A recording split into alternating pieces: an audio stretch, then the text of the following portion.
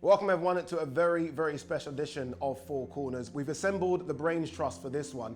Not me, no, look who we've got here. A man that fought for UFC gold, Dan Hardy, former super featherweight champion of the world, Barry Jones. That's because August 5th, live on DAZN pay-per-view, we have a big one. Two guys with a combined record of 7 fights will meet in arguably the biggest fight of the year. We have a social media star turned boxing powerhouse, Jake Paul, who will take on an MMA star, the cult hero himself, Nate Diaz. All goes down August 5th, and today we break it down on Four Corners.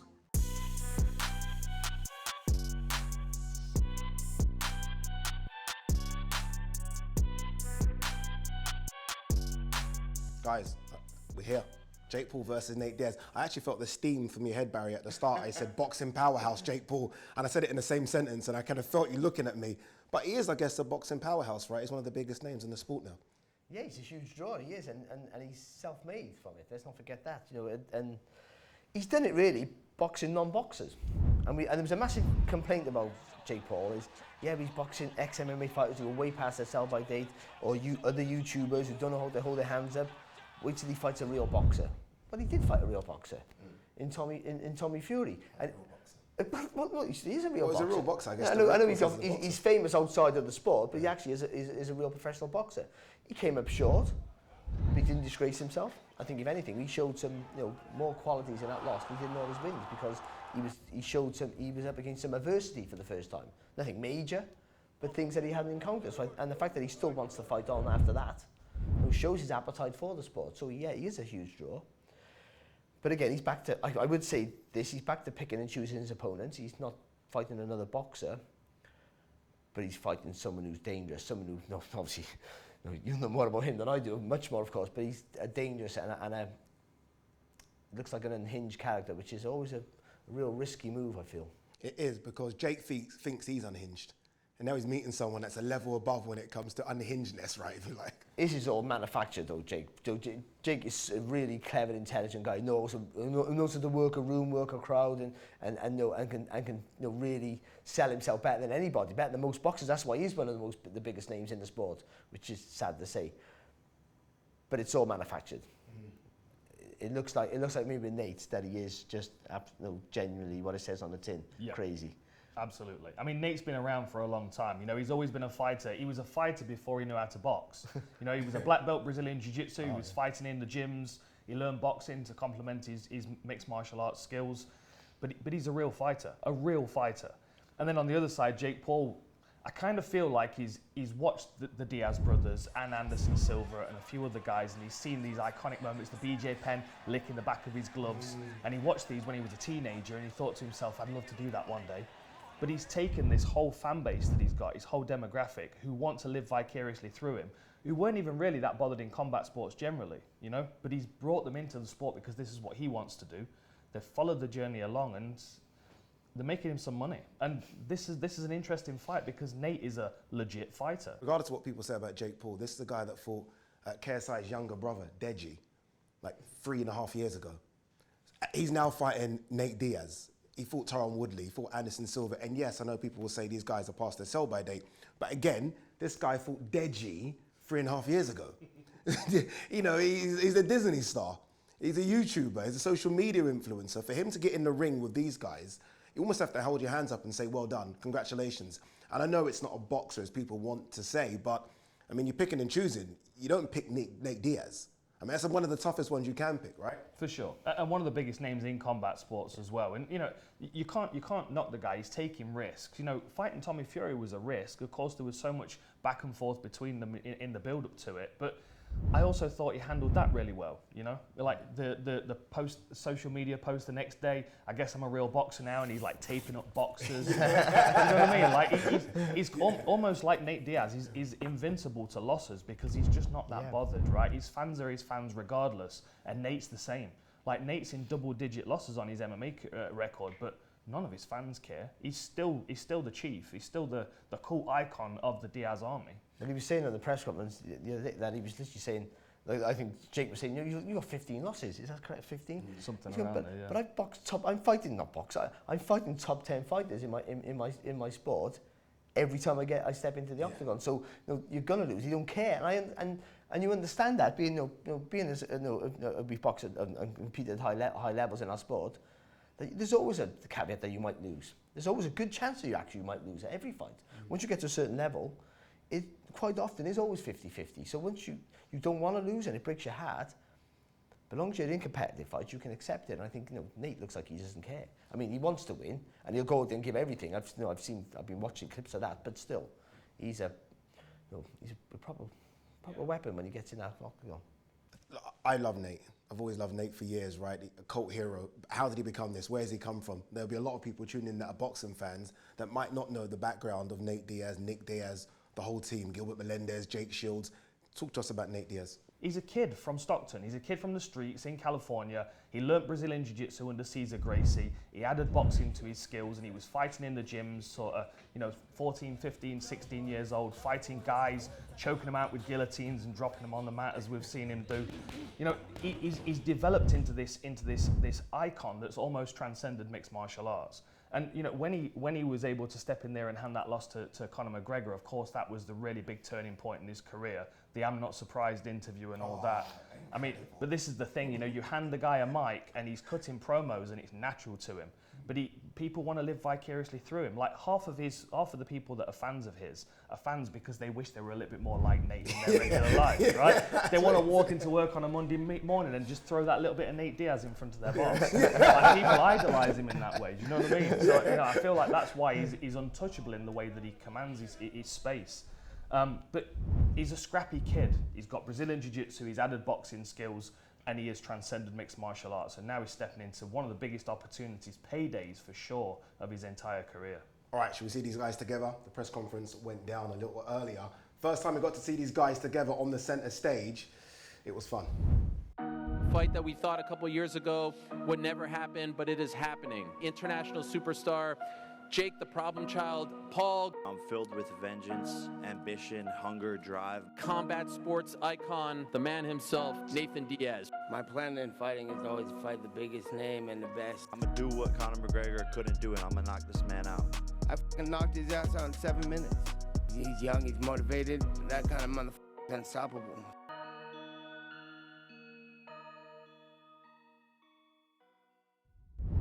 All right, let's talk about the problem child. That's his nickname, by the way, Jake Paul, the problem child. Look, you're the boxer here out of both of us, although I have done a little bit myself. Did you see my piece, by the way, with AJ? Did you watch that? No. Let's move on.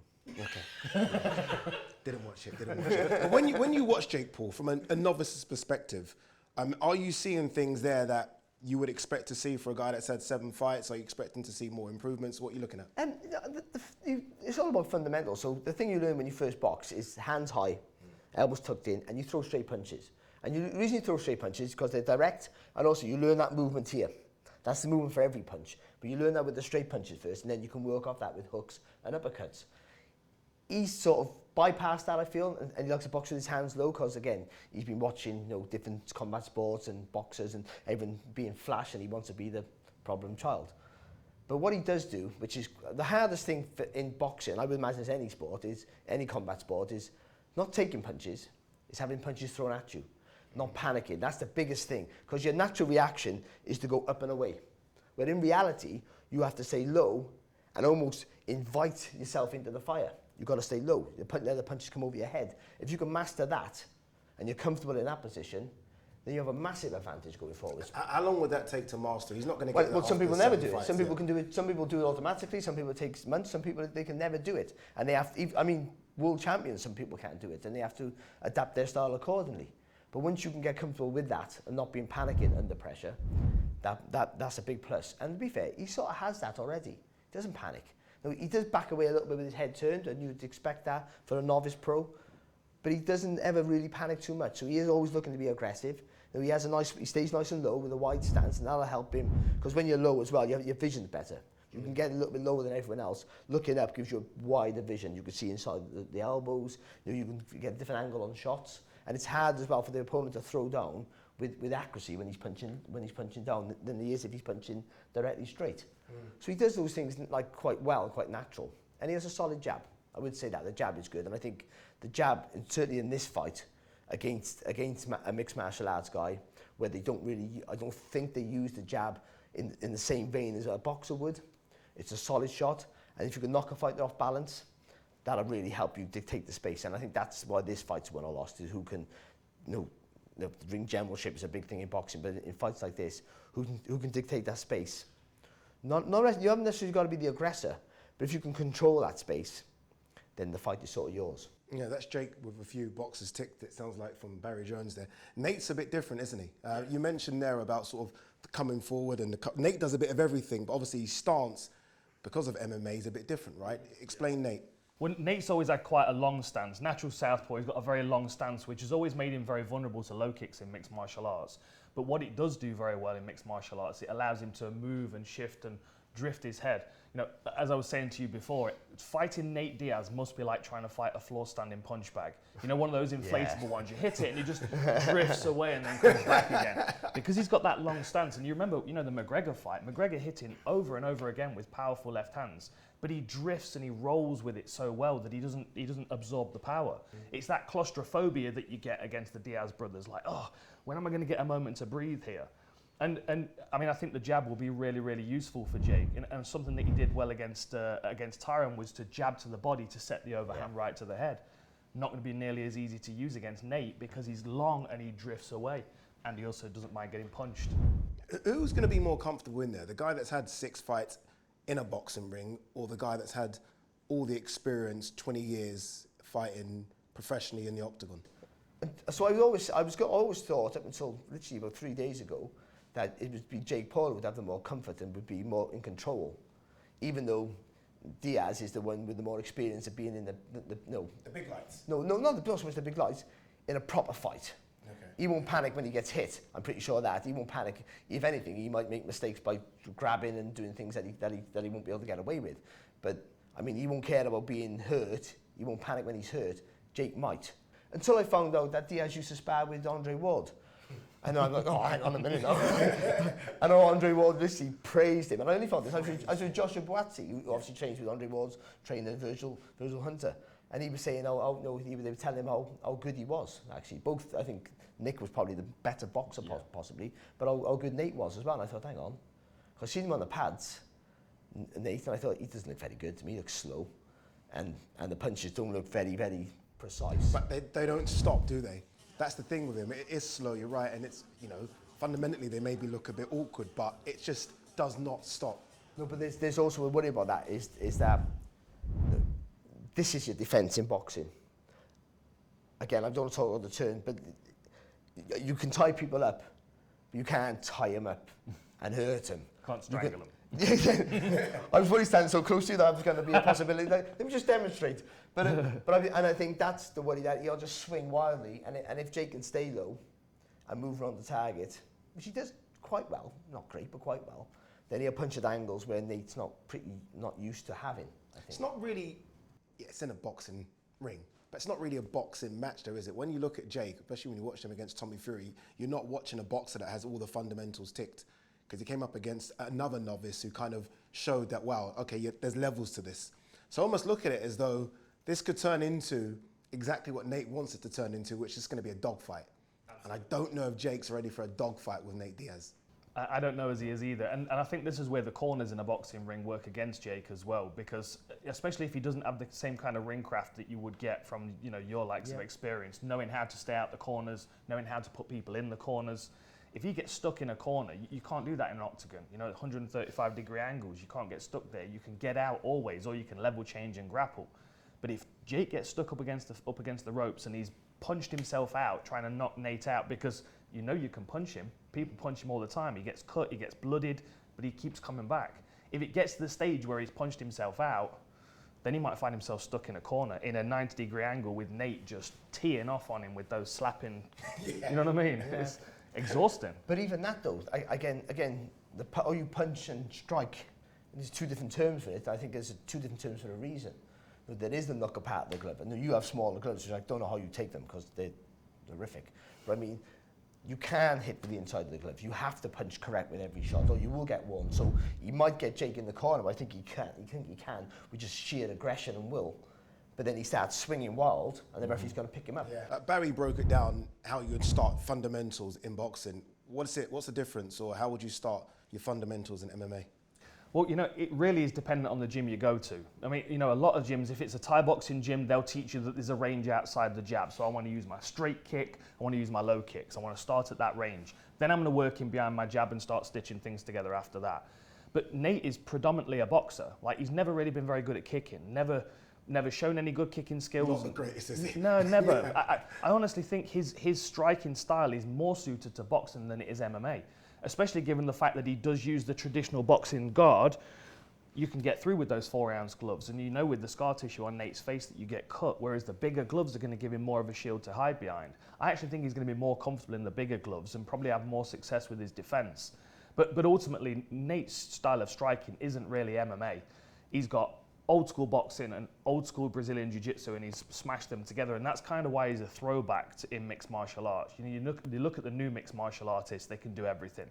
Kick, punch, elbow, knee, they can jump, they can shoot, they can wrestle, they can grapple, chokes and submissions. Nate and Nick, the Diaz brothers, are still kind of compartmentalized their skills. So very much a boxer with Brazilian jiu-jitsu skills, which kind of suits Nate a bit more into this fight, I think. So they sort of said, I know what I am. And I'm just mastering what I'm good at. Exactly that. Oh, that changes the whole. Like Hoist Gracie, if you think about it, Hoist Gracie. Change your opinion. No, but it does change it. The fact that they haven't. No, I just thought it sounds disrespectful when I say this. I don't mean it this way. You have to learn so many different, like a jack of all trades, that you don't ever master the one perfectly. But if they've just gone, no, this is what I do well. They've almost created their own style. Yeah. When you watch those two, obviously they're a mirror of each other, and they've almost just created something completely different. Do you think people maybe look at Nate and the weed smoking, that I'm just chilling and relaxing, and people don't realize that this guy is a machine? This guy does triathlons all the time. He's in the gym every single day. I almost wonder if he's created this kind of cult hero status where Jake Paul fans will maybe think of him as just a guy that's just relaxed and drinks beers. Completely not that. Yeah, I think everybody overlooks Nate Diaz. I think the way he carries himself, the fact that he doesn't really enunciate very well, it almost is perceived as a lack of confidence, when in actuality, he just doesn't want to be there. Like, you saw him at the press conference, right? He didn't want to be there. You get a stupid question from someone saying that they're going to beat up his brother, and that's when you get the real version of Nate. It's like, are you crazy? We're going to see you outside. Like, that's the real version of Nate. He's a street fighter. Like, there was a reason why he was fighting Masvidal for the BMF belt in New York. Like, the bad MF belt. Like, he's one of the two guys in the sport that represents that. And even in that fight, he got opened up early, big cut on his face, and he's still trying to fight to the last. Stopped on cuts. He doesn't get stopped. He didn't get knocked out. That's the question here. Jake's a bigger fighter than most of the people he's faced. Can he take those big power punches from Jake, especially, at this stage of his career, 38, People say about timing out as speed. Timing out as blind speed. So if you just jump in like a lunatic, and you don't, like, Jake literally doesn't have to throw a jab, he can just go like this. And then Nate walk onto it. If Nate's just gets riled up, and I was on about discipline earlier, if he gets riled up and thinks I'm just going to walk right through you and just swing loads of punches, which will probably be his tact, but it has to be he needs an entry point to get to there. That's what I feel. So if he just thinks, the bell goes, I'm just going to run on you and start swinging shots and throwing punches, if there's a gap there, and Jake can either come in because he gets low, Jake can come in low and stab with the jab, or literally, if Nate Diaz is wild, he just does this, sits on the back foot, and does that. And once he hits you with that, once you walk onto that shot, then this is here to go bam, right through the target. And that's the worry, that he gets caught, because I just tend to feel that Diaz's feet might be closer together than in a boxing, you've got to have a wider stance. I don't know if I'm talking on. I don't know. He's actually got a wide stance. He has got a very MMA, wide stance, but we also don't ever see him wearing shoes, which again is going to change the way that he moves as well. Yeah, that's right. You don't think about that. Yeah. I mean, wearing shoes changes the purchase that you've got in connection with the floor, which means you can put more power into the punches. It also means you can move much easier. Like, the canvas in the octagon can be quite slippy. I think Nate's going to try and big brother him. I think he's going to try and do what you would do to a friend who you were sparring with. And I think he's going to try and play the big brother role and try and absorb as much as he can until Jake starts to slow down. See the way you just demonstrated exactly what Jake Paul should do. Have you seen anything in 7 fights to suggest Jake Paul can do that? No. He does jab to the body, so he does get low. I think it's potentially he can do that. He does swing the shots over the top. It can be against a southpaw, the right hand over the top can be a good weapon. It can also walk you onto shots. ultimately you have to think that Diaz is just know-how and the fact that he'd be able to, just not worry about anything, even when he gets hit or punches thrown at him, will give him a huge advantage, you would feel. But it's a different discipline. And so in this arena, Paul is the more experienced of the two.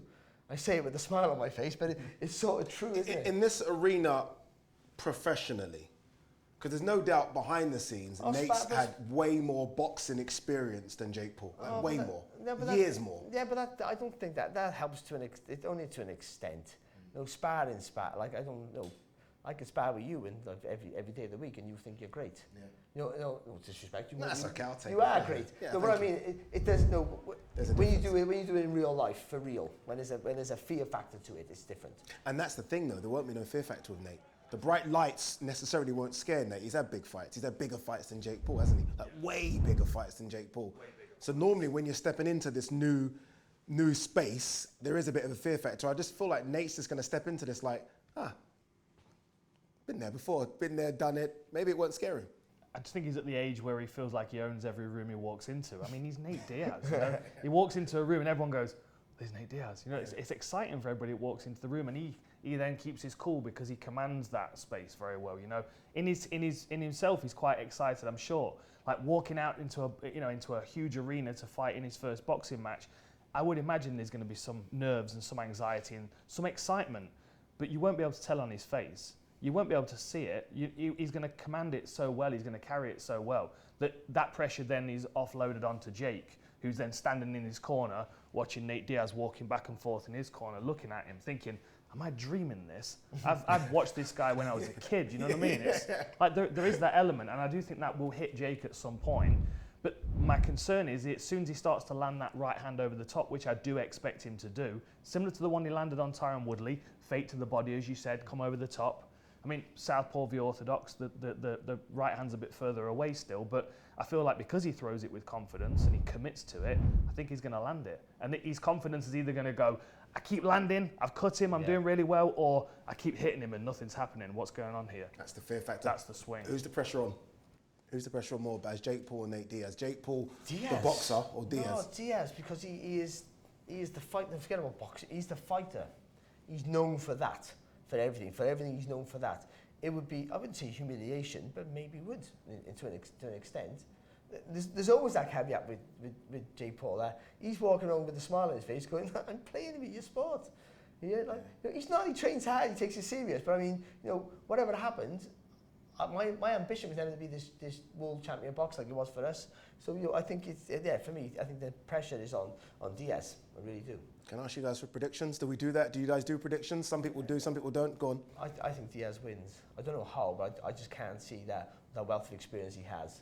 I know it's not in boxing, but again, we talked about being able to consume the pressure and go out there with no fear, but awareness. It's not Andre Ward sparring that changed you a couple of days ago. What do you think? Dan? Yeah, I'm actually leaning the opposite way. I'm feeling a little concerned for Nate. I think he's going to look love quite how slow the in boxer. there. It's because we know how difficult the other sport is. I think that's what it is. Like, I think Nate's going to look slow in there, and I think he is going to be able to. I think he is going to get hit. And my concern is, does he take those shots as well against a big, 200-pound fighter like Jake Paul's going to be on the night? And what's the scar tissue going to do? Is it going to hold up? That's my big question. And there you go. What a way to end it. Barry Jones picking Nate Diaz. Dan Hardy favouring Jake Paul. Live on DAZN pay-per-view. Expect something a bit special.